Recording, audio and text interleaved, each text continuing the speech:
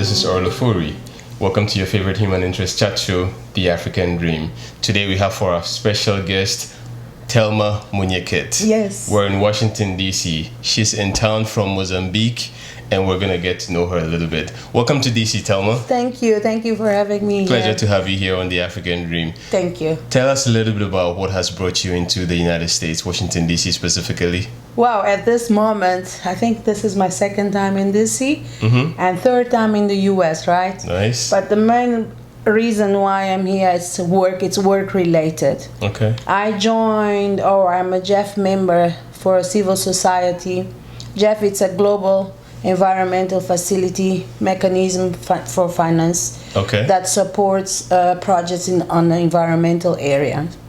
So since 2012, right, my organization, when I transit from my original background, which was hospitality, then I transit into environment, into working with the community, working together with the youths, most important, as well as my passion for Pan-African. As you can see, I'm a Pan-African, so the reason why we are here at this moment, we're having a council meeting where we are, every year they have this meeting, but this particular one, we are discussing about issues related with the plastic and pollution. Gotcha. So each event that JEF promotes has this one topic. So this one was mainly in plastic and waste.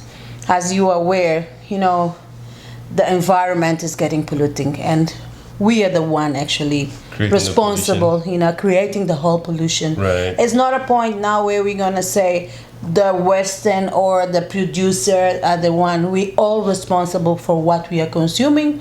We're all responsible for what we are producing, and we have to take responsibility on all the damage that we are doing to the environment, because tomorrow this is going to affect the future generations, going to affect all our kids, and even the older generation, right? So recently, as you are aware, Mozambique had the 2 cyclones, right? Within a month, we have Idai and we had Canada. So, and all this climate crisis and climate environment, it's our day conversation, Let me ask you, prior to those deadly weather in Mozambique recently, like you said, were Mozambicans feeling immune? Did they feel like it's not gonna happen anytime soon? Oh, that's a very interesting question. What you asking me? Mozambique and other countries, right? But in this particular case, Mozambique is vulnerable to cyclones.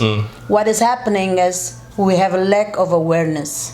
And when I put the word ignorance, it's also for us. It applies to us and the community. So we have a lack of awareness on these issues, meaning it was a lesson now. We had in the past other cyclone, or I remember being a child and also having that going through that. Right. But because there's no a mechanism of monitoring, right, this process. And things will happen and will carry on happening, right? And especially now, if you look at, for instance, the kind of infrastructure that we have, they're not supportive to the whatever it comes with a natural disaster. Which leads me to my next question. You've had 2 back-to-back catastrophic weather conditions, and when you look at the response from the government, let's forget about outside response, response from the Mozambican government. Do you feel like this is sort of like waking them up to being more aware and more prepared for future catastrophes like this? Definitely. We really need to hear more from the government in terms of we need to be aware of what's happening, what will happen. Luckily, yes, I think this has been ages, that we had all aid, all humanitarian coming into the country.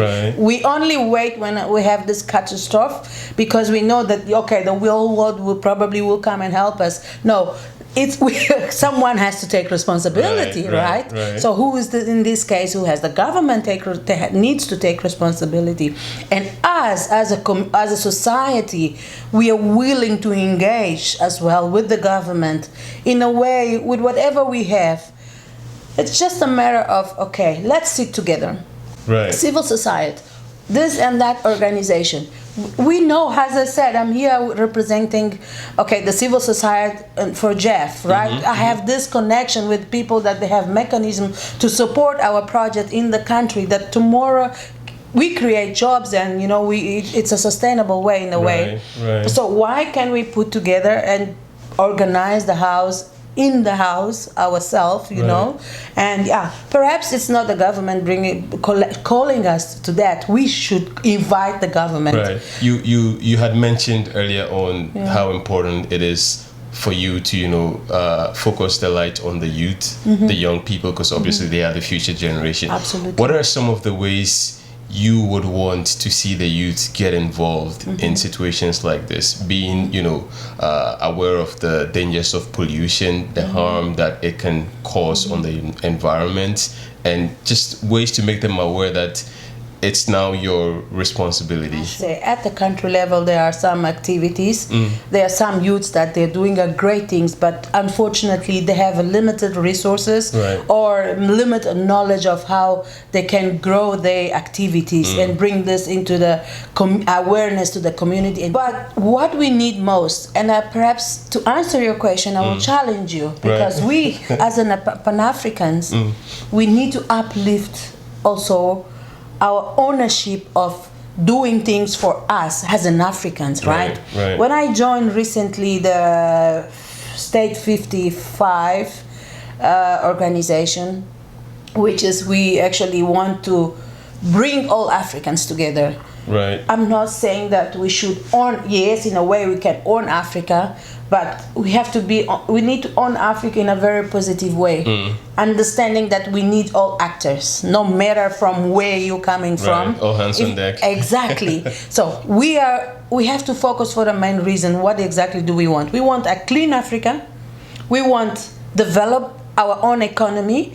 We want our youth tomorrow to be the leaders from Africa, together with other leaders around the world, right? And I strongly believe that we can only win this war, right, if we are united. It doesn't matter if you were, as you said, you were Pan-African. I mean, you were American Ghanaian, right? But still, it's just an identity, but on the end, you know who you are, right? So this is my view, even when I joined this movement, right? So that we really need to empower ourselves. We have this great opportunity to make a difference with those who are coming, right?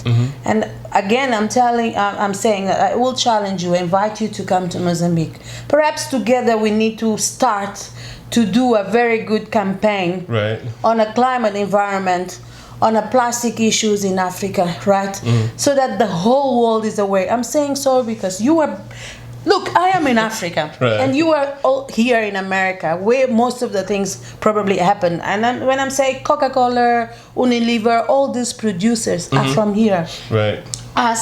Whereas in Africa, we are the consumer, right? We collect everything, and afterwards, after we're using, where are we shifting those things? Where are we sending these things? So I think I would really challenge you, let's think together something.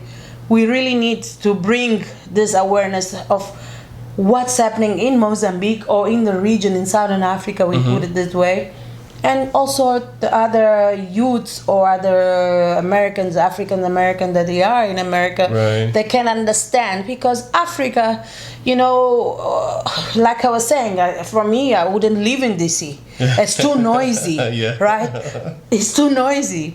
I really like my peace in Africa, but we have our charming as well. Well, Africa is sexy. You say, I remember I was once asked recently here in the Washington DC area, is a clean Africa a reality or a possibility? And I quickly answered yes. There are lots and lots of countries that are taking the bull by the horn on the issue of fighting against dirt and pollution and just literally building clean cities. And one of them that readily comes to mind is Rwanda. Exactly. Look at Paul Kagame, what he's doing with Rwanda, so making it one of the cleanest. We need more of leadership like Rwanda. It's a great example in that regard, right? So what's stop our leaders to think about it? So if they don't think, We are the one who has to put pressure on them, right? Based on an example like Rwanda, as you said, right? Okay, they might have bad or good things. It doesn't matter, but this is each country issues. But we take the good things, right, and then we implement in our which is what State 55 Africa is doing. Yeah. Tell us a little bit about State 55 Africa. Yeah, State 55. Actually, we are. It's a big dream, right? When we listen to Kwame Nkrumah, right? Mm-hmm. The first president of Ghana. Yeah, he says that Africa must be united, right? And I agree, and in a way we've been united. Right. What is missing in Africa is leadership. We have, unfortunately, bad leadership. I look back to my own country, to Samora Machel, right, or my fellow leader. I have to share with you a story. I was, I think, 6 years old, and I had malaria. At that time, I could walk on the street without any issue of being kidnapped or something like that. And I disappeared from the house. My parents, they were not aware where I was. And I went to listen, 6 years old, and I went to listen to Samora Machel. It was amazing. When after like 2 hours, I came back home, everybody was worried. I was very quiet, like, okay, where were you? Well, I went to listen to Samora. So anyway, we want leadership like Samora. Right. We want to see, okay, it's an elder generation. We are now new generation, new moments that we're facing, but we still strongly believe on the legacy that they left in the past. We can from there move on. Okay, Mandela's a grandfather. It's also another inspired, person for us. But when we look at now, at the present and in the future, if I ask you what legacy do you want to leave for the future generation, what legacy I also want to leave. So State 55, fortunately, it allows us, it gives that opportunity to make it better. We believe that something will happen. So indeed. And the Africa will rise. It still rise, but will rise better. Right. It's interesting. Yeah. So, folks, you can see on the screen information to get in touch with State 55, find out all about what they're doing, visit their website, follow them on social media, and get to connect and have a clearer understanding of the whole ideology. Thelma. Yes. Let me take us a little bit into the fight for Africa to stand on her feet. 2 countries in Africa recently, Ghana and Ivory Coast, both are West African countries. They are the world's largest cocoa producing nation. They recently decided to not necessarily pick up a fight, but pick a stand by wanting a fair price for the producers, because a lot of the chocolate in the world would not be produced if they didn't get cocoa from Ghana and Ivory Coast. And they've been very serious about this fight, and they've insisted that we want a fair price for the farmers. It's a start. What does that make you feel about Africa? Yeah, you're talking about cocoa for chocolates. Right. I would actually say I'm having the same fight with cassava roots. Okay. I'm starting now also farming cassava. Okay. With the intention of having a value chain and replace the normal flour for bread instead, because healthy wise. Right. It's the same route that I think I will have and we will face. And recently I did an exercise in terms of how much will cost, what is the value if I put in a market, who's going to buy, how much, who are the buyer. Right. And I believe it's the same issue. The issue here of having these prices higher is the final destination, is the buyers, right? So those the ones who actually import the raw material make a farmer's life difficult. The only way that we can win this war, right? I don't want to go into details because we already know. Right. I just try to bring solutions. This is most important. The only way for us to win this situation in favor of farmers is our leaders really need to take a position to support us, to support the production, And also we need a sort of infrastructure that we can have the raw material transformed within the country to the final product. This is the only way we're gonna actually start adding value to your raw materials, start manufacturing. Yes. And then we put on the market when the product is ready to sell in the market. That way you can dictate the price. In a way. Right. In a way. Right. But yes, I'm conscious that I need to have a good quality product, which is also costing and pricey. Right. Who's gonna do the certification and everything? So we're also aware. Imagine if I have to bring something to the site, I really need a clear certification and blah blah blah. Who's gonna do that in Africa? So there is a whole role of how do you put it? Of activity or action until we get our final product and put it on the market. Also, the trade can be also another challenge for us or for the farmers. So how are we gonna move out? How are we gonna move forward?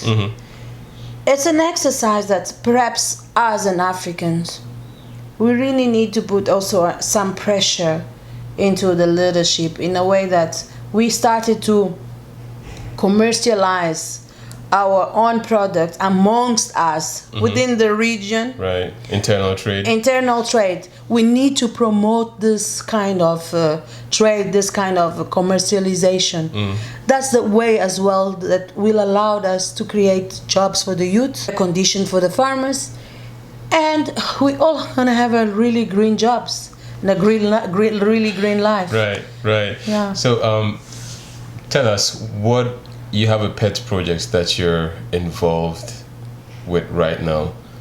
Tell us a little bit about that project. Again, on awareness with pesticides, we were working very close with the communities, even with the urban areas. We are really consuming a lot of non-organic food. We're getting sick. This is another weapon that is killing us. The pesticides, right? I have to go back and start again on awareness. And together with my cassava farming, right? And I just only did like 10 hectares. I still have 27 and even more. But the idea is to prove to the government that our small farmers or small, whatever we call it, if we have opportunity to have land, right? We can plant as much as we can within the country. We promote job, and also my idea is to have a small factory within the farm where I can have my final products, and eventually export, right? So. But right now, that is what I'm focused on. And let's see what the future reserves. So those watching right now, if they want to get in touch with you and, establish some form of connection just to work with you on what you're working on or to find ways there can be collaboration. Is there a website that they can visit? Thank you for that opportunity that I've been giving, because I think the reason why as well we are connected, and it's interesting, perhaps you should explain how we met so that they can understand. So that is precisely the point, is we have to create connectivity amongst us Africans. What I'm doing in Mozambique, for instance, can be replicated in Ghana. In fact, I'm also interested to do in Ghana, and I know that Ghana as well, they're doing cassava. We can also then move on and on within the other countries. I would really like to have in Mozambique like some kind of exchange experience with youth that they are here in the US, and they're willing to go to Mozambique. Yes, there are costs, but it's a willingness. If we want to make a difference, we really need to make an effort and go for it. And I want to invite all of you guys that you're there to come to Mozambique. Really, you will not regret. So if you want to get in touch with me, you can either call me on the +258 82 300 5680, or Facebook, which is Africa Foundation for Sustainable Development. So just connect with her, get in touch, and you guys find ways you can collaborate on. She believes in collaboration, and she's a Pan-Africanist, but also she looks at being a Pan-Africanist from a global perspective. So she's not only willing to work with just Africans, but anyone who seeks to progress and move a people forward. Now, you talked about having people come visit Mozambique. Sure. Tell us about some of the cool places, exciting tourist attraction. Oh, you couldn't be wrong. Actually, I should have perhaps mentioned is, Mozambique is a tourist destination. Right. And there's like Ponta do Ouro, there's like Pemba, there's like Maputo itself. And personally, I'm looking for partners who are interested in investing in ecotourism. Right? So if you're there and you're really willing to invest, like not a fancy stuff, but like cool and relaxed, that's my dream. So I really invite you to join me. Call me, give me a call, and then the rest you will see when in the country. And you're enjoying it. It's easygoing place. So yeah. And then one thing we have to fight is the visa issue. I know for us, Africa, it's a pain, right? You have to pay $50 to go into Africa country. But okay, even that we will win. I like your positivity. But perhaps we should wake up. Right. If we want to have a change, a difference, we should adjust as well. Now, you mentioned we should wake up. You also talked about growing up as a young Thelma in Mozambique, all the things that your parents taught you, I mean, the kind of legacy that they brought you up in.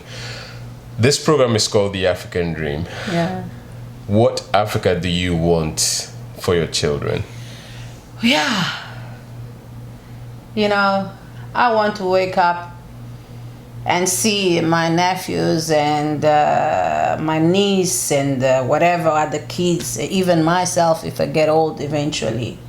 Like I wake up when I wake up when I'm in the village. I open the door, it's so quiet, it's so relaxed, right?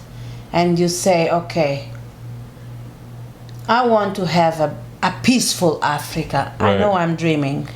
But each of us can make Africa peaceful. Right. In your own way, in your own culture, we can make Africa peaceful. It's just a willingness. Any final words for those watching you right now? Yeah, it's quite difficult to have a final word, It has actually been a very pleasure to having this conversation with you and share my view and share a little bit of my experience and the dreams, right?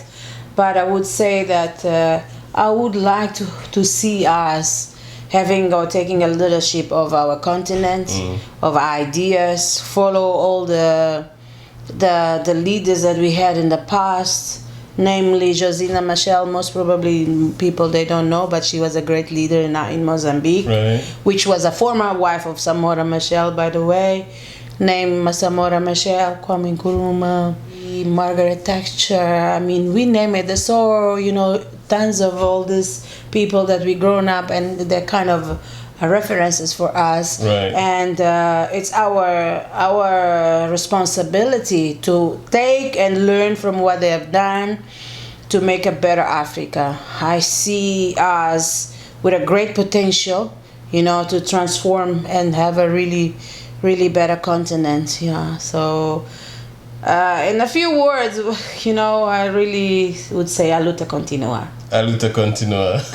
The battle continues. It's been a pleasure having you on here on The African Dream. Thank you. Thanks a lot for granting us this audience, Thelma. Thank you. And hopefully one day we'll be in Mozambique and get to hang out. Absolutely. We're looking forward for that day. I will take it, I will put it down. So nice. Also for you, I would really appreciate your idea, your work that you're doing. It's very encouraged. And I hope that I can have the opportunity to share as well with the youth in Mozambique. And who knows, you could also come and, pass the legacy to the youths there. That's what we need. We have to do by ourselves. It's time to do by ourselves. Take the bull by the horn. Exactly. Aluta Continua. Aluta Continua.